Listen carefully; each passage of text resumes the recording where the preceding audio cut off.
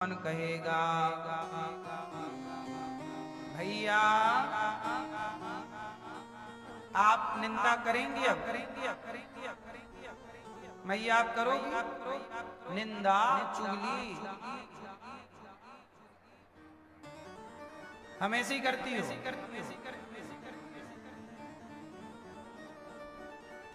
तो अब से नहीं करना मेरी माँ निंदा चुगली नहीं करना। अच्छी माँ हो, अब नहीं आगे भी मत करना। चुगली नहीं, निंदा।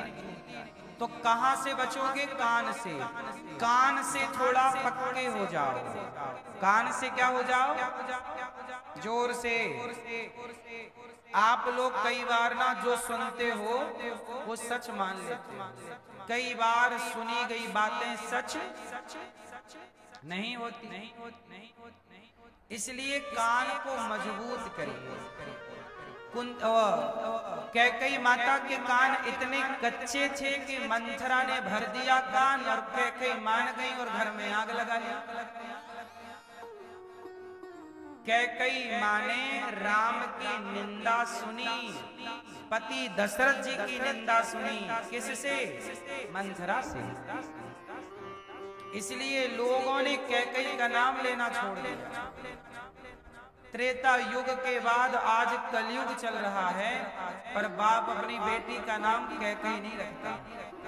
जबकि वो कैकई ने राम को दूध पिलाया, जबकि वो कैकई ने भरत जैसे भक्त को जन्म दिया है, पर कान कच्चे रह गए। निंदा सुनने की आदत लग गई, और निंदा सुनने की आदत लग गई तो राम की निंदा सुन ली,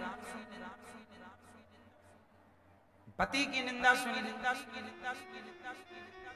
समाज उन्हें स्वीकार नहीं करती मेरी माँ जो निंदा चुगली में मन लगाते हैं। ना तो मंथरा ना तो कैकई, ना तो मंथरा नाम की कोई स्त्री मिलती है ना तो कैकई। दोनों को क्या? इसलिए कान के कच्चे मत बनो।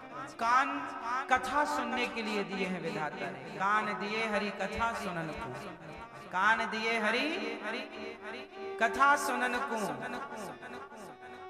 रसना से गुणगान।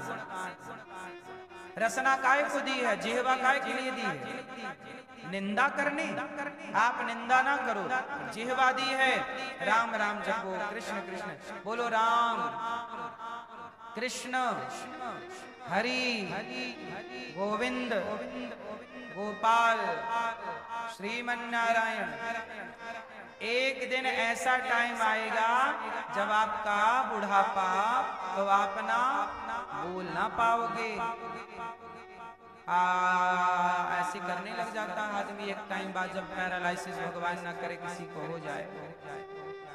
एक टाइम बाद आदमी, हाँ या ना, हम सही कह रहे हैं गलत कह रहे हैं? जब तक राम राम बोल रही है जिह्वा तो खूब जप लो। एक टाइम बाद चाहोगे भी तो राम राम बोल ना पाओगे मेरी माँ। क्यों टाइम गवाना है? क्यों निंदा करना है? क्यों चुगली करना है? ये जिह्वा मिली है तो कोई इसके लिए थोड़ी मिली कि हम मनमाना आचरण करते चले। तो जिह्वा से क्या करोगे? भगवान का यश गाओ, भगवान का नाम जपो, अच्छी बातें करो जिससे समाज का भला हो। इस वाणी से ये दास अनिरुद्ध भी तो वाणी से आपकी सेवा कर रहा है। हमारी भी तो 3 घंटे जिह्वा ही चलती है, और 3 घंटे में देखो आप सब इतने लोग कुछ ना कुछ सीख लेते हैं, आपको शांति का अनुभव होता है। जिह्वा का ही तो काम है। हम यहाँ बैठे क्या कर रहे हैं? जिह्वा ही तो काम कर रही है। तो क्यों ना अच्छे शब्द बोले जाएं। कागा काको धन हरे, कोयल काको दे, मीठा वचन सुनाय के जग अपनों कर ले। कौआ का काव काव कोई नहीं सुनता, कोयल की कू कू सब सुनते, क्योंकि कोयल मीठा कहती। इसलिए वाणी दी है तो मीठा बोल सकते हो, बोल लो, वरना ऐसी कड़वा बोलते रहे तो अगले जन्म मेंढक बनाएंगे, फिर भगवान पर करते रहना टर टर टर, फिर तुम राम राम ना बोल पाओगे। टर्राते कुछ लोग नहीं रोते, टर्राते रहते। क्यों टर्रा रहे? तो कान से क्या करेंगे? जोर से कथा सुनेंगे और जिह्वा से भगवान का अच्छे सेवा करेंगे वाणी से। और तीसरा है नेत्र, आंखों से क्या करेंगे? आंखों से भक्तों का, भगवान का, संतों का दर्शन करेंगे, तीर्थों का दर्शन करेंगे। हाँ, अब आप लोग आंखों से क्या देखते हैं? क्या चल रहा है? जरा किसी का दरवाजा खुला हुआ मिल जाए, आदमी खड़ा होकर देखने लगता है। बोलो हाँ, ताक झांक करने की आदत हो गई। आजकल आदमी आंखें हैं तो क्या देखता है? उल्टी सीधी चीजें देख रहा है। ताकते रहते तुझको सांस, ताक रहा। आंखें दी हैं भगवान ने, एक टाइम बाद आपकी आंखें कमजोर पड़ जाएंगी। जब तक दिख रहा है वो भगवान जी को बचा लो देख देख के हृदय में, फिर तो एक बार दिखेगा ही नहीं ना, एक दिन ऐसा आएगा। धीरे धीरे आपकी आंखें कमजोर हो रही हैं, रोज के रोज कमजोर हो रही है। आपकी रोशनी बढ़ रही है कि घट रही है? बोलो हाँ। एक दिन फाइनली आंखों में धुंधलापन आ जाएगा। हाँ, इसलिए समझ जाओ मेरी माँ, 3 चीजों से बचना। आंखों को सही जगह खर्च करो, भगवान के दर्शन में, पढ़ने में लगाओ आंखें, पढ़ो, कुछ सीखो। भीष्म पितामह बाणों की सैया पर लेटे, बोले प्रभु आप 3 काम से पांडवों को बोला, 3 काम, बुरा मत देखना। तब द्रौपदी हंस पड़ी। पितामह जब भरी सभा में मेरी साड़ी उतर रही थी तब तो आप बैठे थे, आपने क्यों नहीं रोका?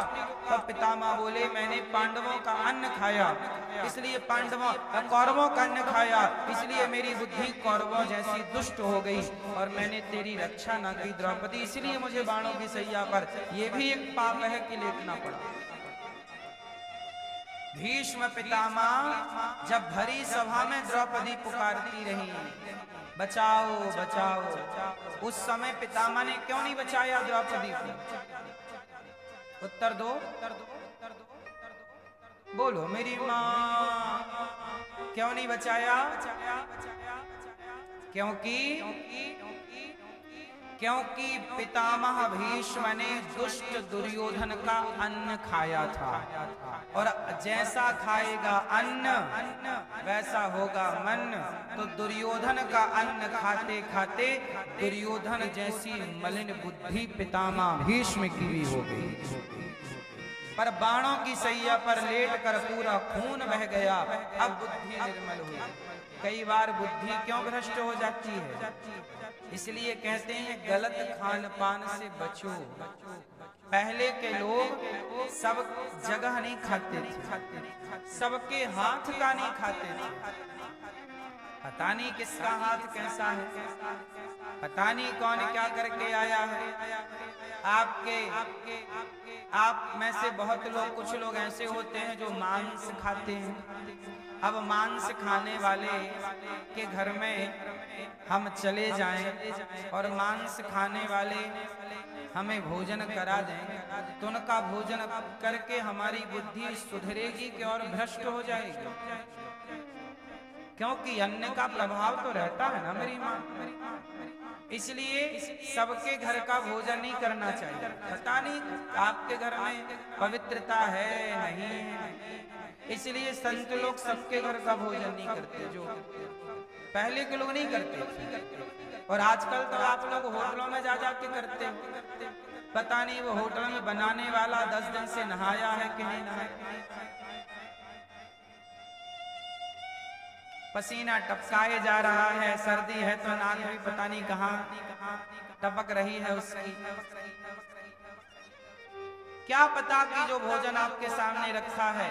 अभी मैंने केस देखा, अभी खबर देखी कि एक व्यक्ति गया, वो शुद्ध शाकाहारी भोजन करने गया। तो शाकाहारी उसने पूरी दाल चावल सब्जी रोटी का ऑर्डर दिया, तो पता चला